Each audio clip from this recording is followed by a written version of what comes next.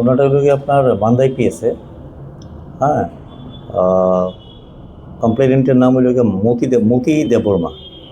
এই মহিলা হাজব্যান্ড মারা যাওয়ার পর আরেকবার বিয়ে করছিল, সেকেন্ড বিয়ে করছিল একটা।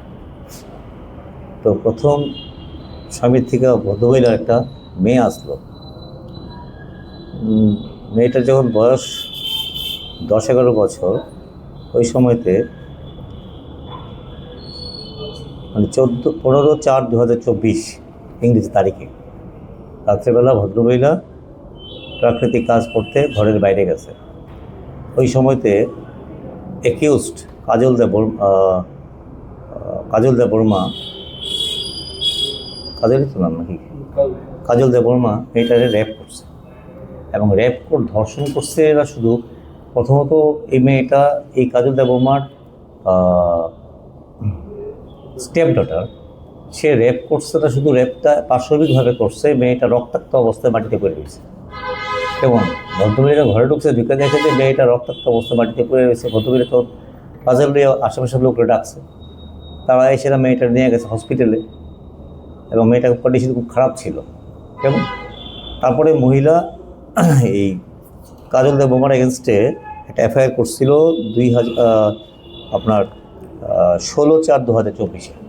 কেমন মান্দাই পিএস কেস তোমার আসলো, এটা আপনার মান্দাই পিএস কেস নাম্বারটা আসলো 3/24। ঠিক আছে, পরবর্তী সময়তে স্পেশাল পক্সো 1924 হিসেবে রেজিস্টার হয়েছিল। কেমন এই কেসটা আইপিসি 376 সাবসেকশন 2, 376 সাবসেকশন 3-তে ফাইল করা হয়েছিল, আর পক্সো 6-এ। ঠিক আছে, দীর্ঘ ট্রায়ালের পর এটা কালকে এটা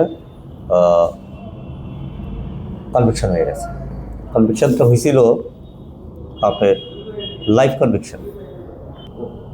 তার যে বায়োলজিক্যাল লাইফ যেটা আছে রিমেনিং, কাজল দেববর্মার বয়স এখন 52 বছর, তার রেস্ট লাইফটা তার জেলেই থাকতে হবে।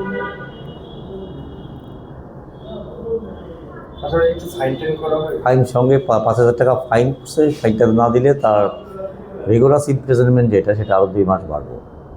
কেমন আর এই কেসটাতে মেয়েটা, আমরা পরবর্তী সময় দেখলাম মেয়েটা মানে সিকিউর না, victim is not secure with her mother. তখন আমরা বাধ্য হয়ে মেয়েটাকে আমরা সিসিআই চাইল্ড কেয়ার হোমে দিছি। আমরা মেয়েটা এখন হোমে আছে, খুব ভালো আছে মেয়েটা।